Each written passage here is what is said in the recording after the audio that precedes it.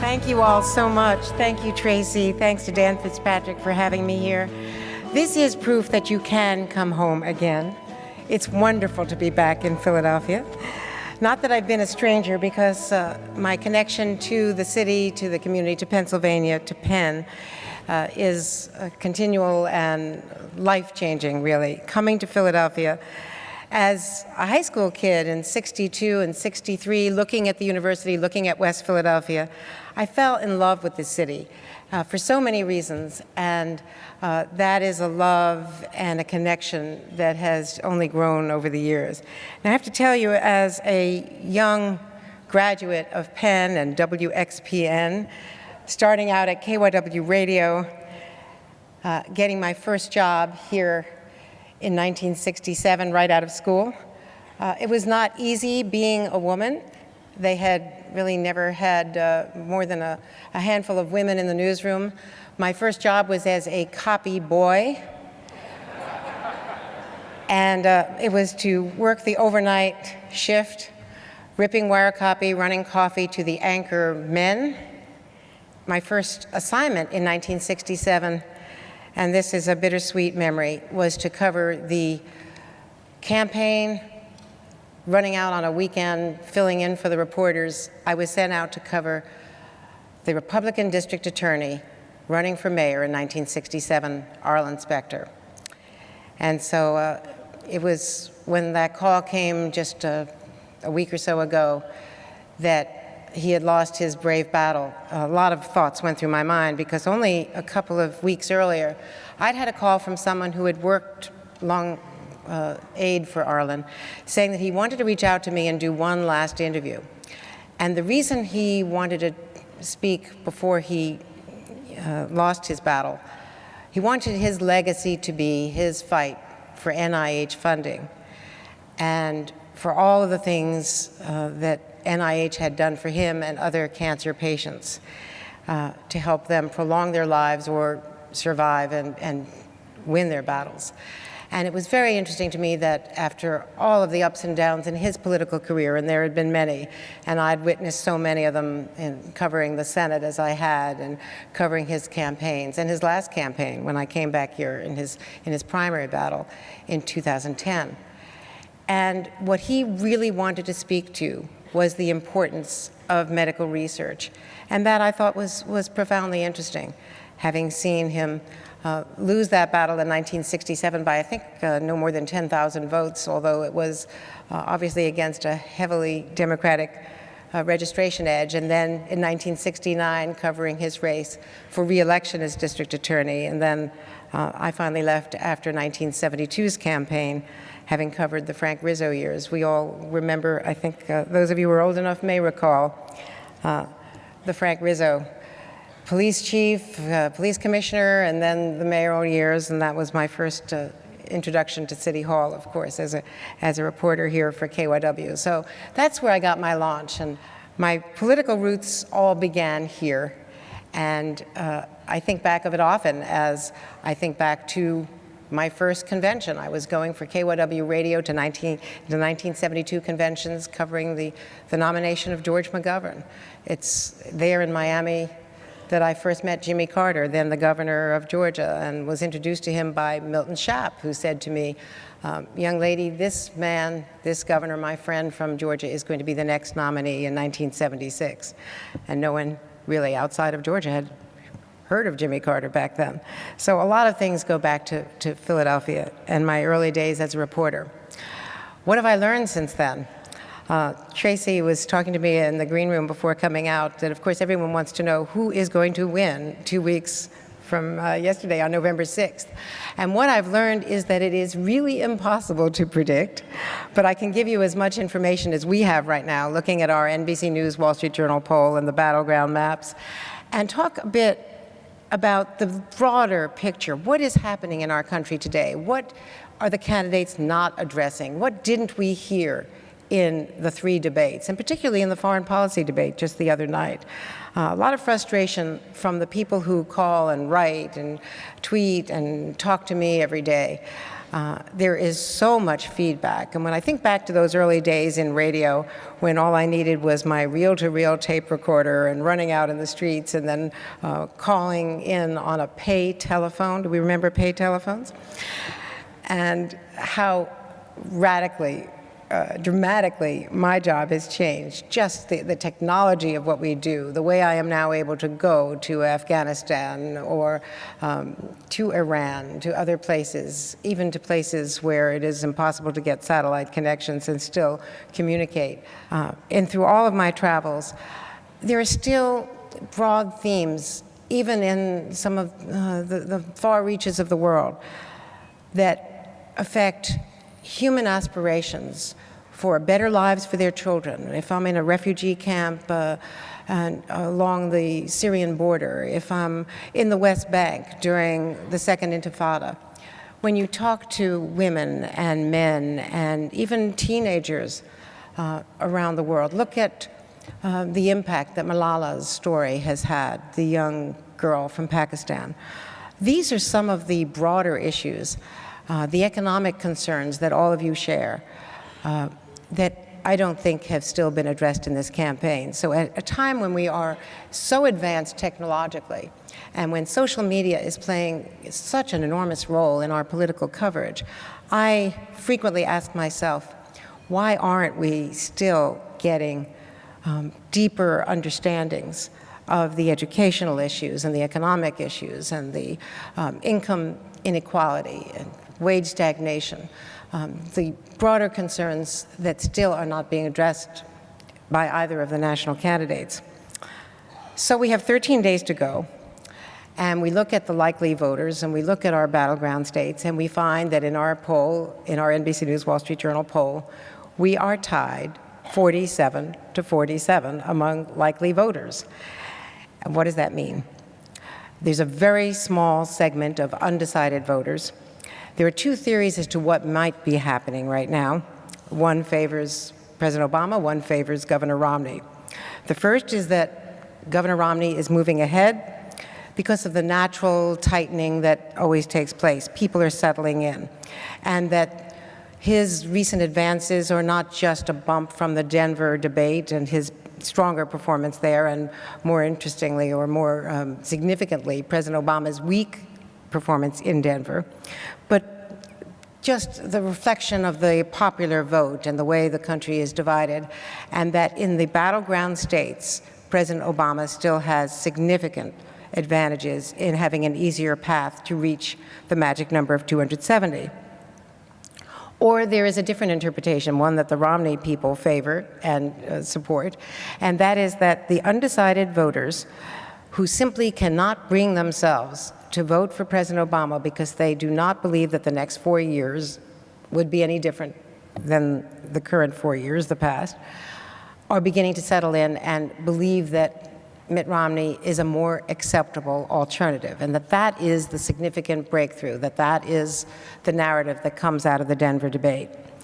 There is some evidence of that in our polling when you look at a shift away from President Obama among union voters and among white independent voters. There are marginal shifts now in those categories.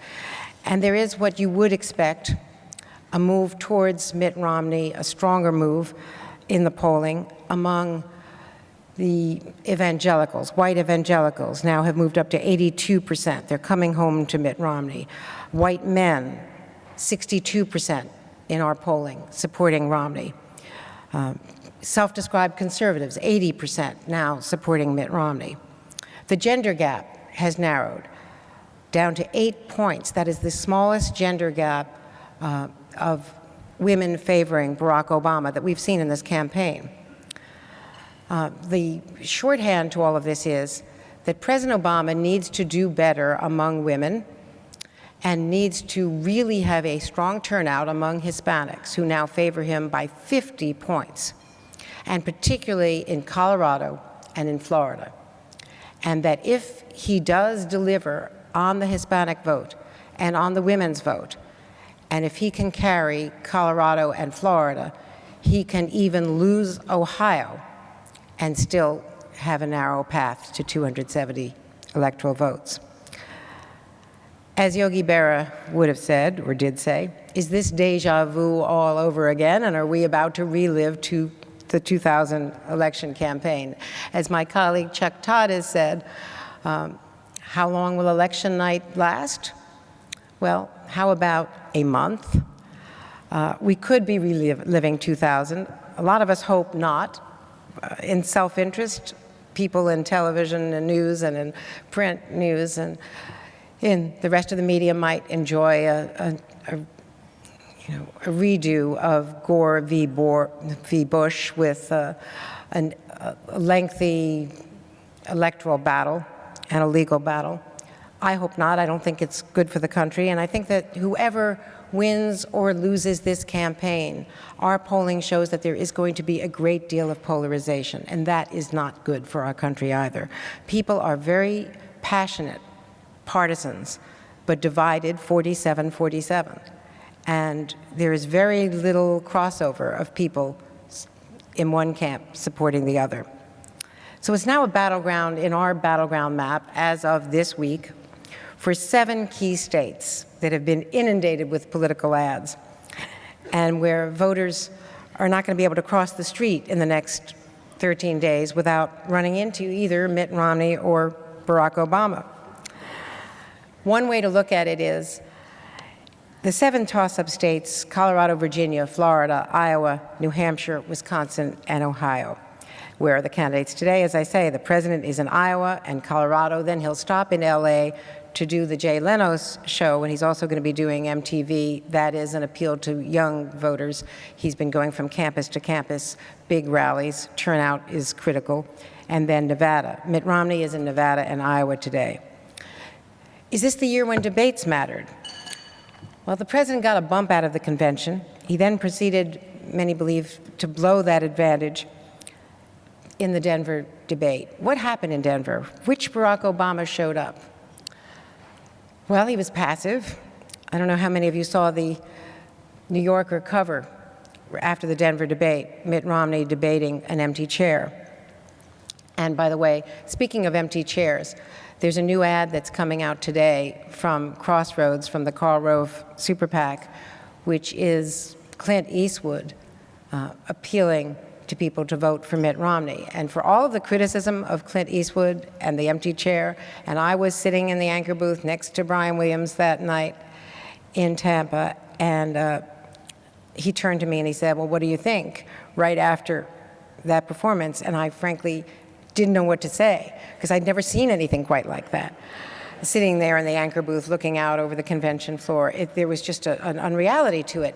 And for all the criticism and for all of the jokes and late night TV, the Crossroads Karl Rove group, who are very, very skilled at this kind of advertising, have tested this. They focus groups did. And for their target audience, they believe that Clint Eastwood, and yes, even that convention performance worked. So you're going to see a new ad.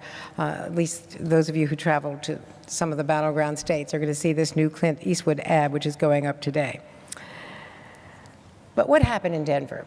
Well, the president told his staff, he sent the word out through his campaign manager, tell everybody from debate prep not to blame themselves. This one is on me, is the quote that we got. He took it on himself, that he simply did not take that debate seriously enough. I think he underestimated his opponent. I think he did not, from my reporting, really believe that Mitt Romney had game and was going to show up and be as strong a debater as he turned out to be in that performance, and as aggressive as a debater. And, you know, the oldest rule in the book is to understand sort of the setting, the split screen, the fact that you can't look down at your notes, that you have to, you know, smile when you're saying something that's relatively nasty, that you have to look at the audience, be engaged. None of that seemed to have registered with either the president or his debate advisors. And there's a lesson here about the isolation of the Oval Office, the fact that when you become President of the United States, people are afraid to tell you bad news. Those of you, many of you are CEOs and in positions of responsibility. How many of you have people who can come to you and say, this isn't working and you need to change this? I think, smart executives take advice and listen to people and look for conflicting points of view. This didn't happen in this case, and they learned a very serious lesson. It could be that we look back and see Denver, if President Obama is not reelected, as the tipping point, an inflection point, where Mitt Romney became an acceptable alternative to undecided voters, people without passion for reelecting the president, who have not seen enough change in their lives, and who have not been persuaded that a second-term agenda is enough to warrant reelection. I think that Romney's most persuasive argument, if you just look at campaign arguments, the one that they think is the most compelling, is to go out and tell people, what makes you think that the next 4 years are going to be any different than the last 4 years? Now, yesterday, President Obama came out waving a pamphlet with the agenda. And it's a mix of things that he had already proposed, but they realized that they needed to present something tangible that would say, this is our plan for the next 4 years. And this may be a very effective means of bringing those undecided voters on board. One of the things that we found most surprising from one of our reporters in Ohio yesterday, however, was this was supposed to be distributed, we were told, to everyone at rallies in the undecided battleground states. So at the rally in Dayton, where the president and the vice president spoke yesterday, we asked our reporters to look for these pamphlets that the president waved at the Delray Beach post-debate rally yesterday morning. And we were told by the campaign staff in Ohio, we don't have them here yet.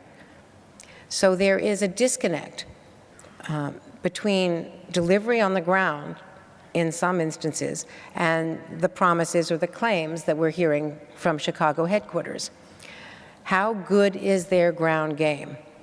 On the face of it, the Obama team was in the field, on the ground in Ohio for a good 9 months before Mitt Romney was opening offices and getting organized because of the Republican primary campaign battle. Will that make a difference? One of the things that you look at when you look at what is going to happen on Election Day is obviously turnout. This is now all about big rallies. Campaign advertising is already saturated. You're going to see a lot more of it. But this is now motivating people to actually go vote. I have the latest figures today from early voting. I was just checking before I came out here. And the early voting so far is 5.1 million as of late yesterday had early voted. Now, in 2008, the total of early voting was 31.7 million across the country. So already 5.1 million have voted early, and we are told by the Obama camp that more Democrats in Ohio, for instance, have early voted than Republicans. Now here's the caveat to that. If you're looking at who are registered Democrats, you cannot assume that all of those registered Democrats in Ohio who are early voting are Obama voters. Most of them probably are, but some of them are Democratic voters, union members from the mine district, the coal district of Ohio, who are more likely voting for Mitt Romney.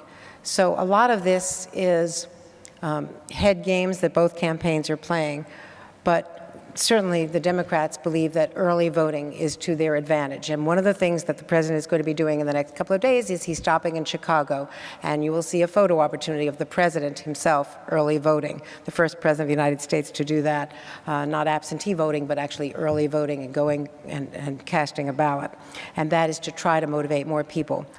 I want to talk a bit about the debate, the final debate, because I think it was pretty much assumed that that President Obama did, if the second debate was a draw or slightly favorable to President Obama, the third debate, I think, was unquestionably a victory for the president. So I just got back from Florida yesterday, and having watched the debate and rewatched the debate and truth squatted the debate in real time as we have to, and you haven't been under media pressure until you've been told you've got to pick 3 or 4 examples where one side or the other or both are shading the truth, and write a script, pull the sound, and get it ready for 1 minute or 2 minutes after the debate ends, 90 minutes later, in real time, without losing track of something important that they may say while you're busy writing. So that's sort of the behind-the-scenes story of how we pull that together. We have a great team, and I'm very fortunate to have all the support we have. But you're sitting in a trailer outside the debate hall, watching 2 television screens. You're watching the television feed from the network, which is the split screen, and you're watching the raw feed coming out from the television pool, the wide shots and the tight shots, and you're trying to evaluate how people are responding. And let me say a word about the format and the moderators. I think the formats are still a work in progress 25 years later. I participated in one of those debates, and I'll just share what it was like to be on that stage. It was 1988. It was the last of the 2 Bush-Dukakis debates. Jim Baker, this was Bush 41, of course. Jim Baker, the campaign manager, was brilliantly dragging his heels and trying to keep Dukakis off speed till the very last moment before agreeing to a second debate. So 2 days before, we were told there's going to be a debate, it's going to be in Los Angeles, you've got to fly to the coast, and you're on the panel. The panel was Bernard Shaw as the moderator and 3 panelists, 3 women. Ann Compton from ABC, I was there from NBC, and Margaret Warner then from Newsweek. And we were each told that we would get 2 questions, Bernard would get the first question. So that's how limited our role was to be. He was already very concerned about the fact that he was only going to get 1 question. Because the format was so tight, we all agreed to meet for breakfast the day of the debate. We'd arrived the night before, and discuss which areas each wanted to get into so that we would not overlap and be unprepared to follow up. Bernard said that his question was going to be, if Kitty Dukakis were raped and murdered, would you change your view about the death penalty? Dukakis said, well, Bernard, and nobody ever called Bernie Shaw Bernard, well, Bernard, and proceeded to give a very technocratic, disengaged, bloodless response. And of course, the campaign was over. I went backstage afterwards and turned to David Broder, who was the dean of our press corps, the late, great Washington Post writer, and said, what did you think? And he said, there's only one thing that anyone will ever remember from this debate. And he was, of course, absolutely right. So responses matter. The way you approach these moments, whether it's a convention speech or a debate, matter. I think in this last debate, that President Obama, most people would agree, had the mix of affect pretty much right. He was aggressive, but he didn't seem to be too mean. But they both sort of had the theatrics right. What about the substance? Well, what was so difficult for me in trying to pull together a quick report on that debate was that Mitt Romney really did soften his positions on almost every issue. If you look at Iraq and Afghanistan, one of the first things he said was that the Iraq and Afghanistan wars were a mistake. He then, on Syria, did not come out as aggressively as he has in the past about arming the rebels. There was issue after issue where he moderated his foreign policy. Now, I don't think that people are going to vote on foreign policy, but there is sort of a standard that might affect some people's votes. And the question is whether Mitt Romney can be portrayed in the coming 13 days as someone who cannot be trusted to govern as he has campaigned because he has changed his policies. In all of this, you all have to make your own decisions. You're going to ask me, which way do I think it's going to go? And I have to tell you that in talking to my colleagues, among ourselves, none of us who would normally be very privately able to predict the outcome of this race, none of this can really predict how this election is going to go. I think it's fair to say that the House is going to remain Republican. Whether or not the Senate remains Democratic is going to depend on which presidential candidate wins, because that will affect states with key races like Virginia. I do think that there is a solution to the fiscal cliff. After the election in a lame duck session, they're already working on it. Although I think if Mitt Romney is elected, it will be kicked down the road. They'll extend the tax cuts for at least a year because there'll be more time needed. That doesn't say that this election is going to decide anything that is really going to resolve the important questions facing our economy and facing our educational system and facing all of the bigger issues, affecting the bigger issues that we really need to confront as a nation. So I think it's been an object lesson. It's been a lesson for those of us in the media who are covering too much of the horse race and not enough of the substance. It's a question for the debate commission and how we structure these meetings between the candidates, and for how we try to reform a process in Washington that has become so gridlocked and so partisan and so hyperventilated that those of you in communities like Philadelphia who are close to the real issues in your companies and in your schools and in your neighborhoods need to have a bigger voice and a bigger participation in the national dialogue. And that is a challenge for those of us in the media, those in politics, and those in the business community. Thank you very much for letting me share these thoughts with you this close to Election Day. Thank you.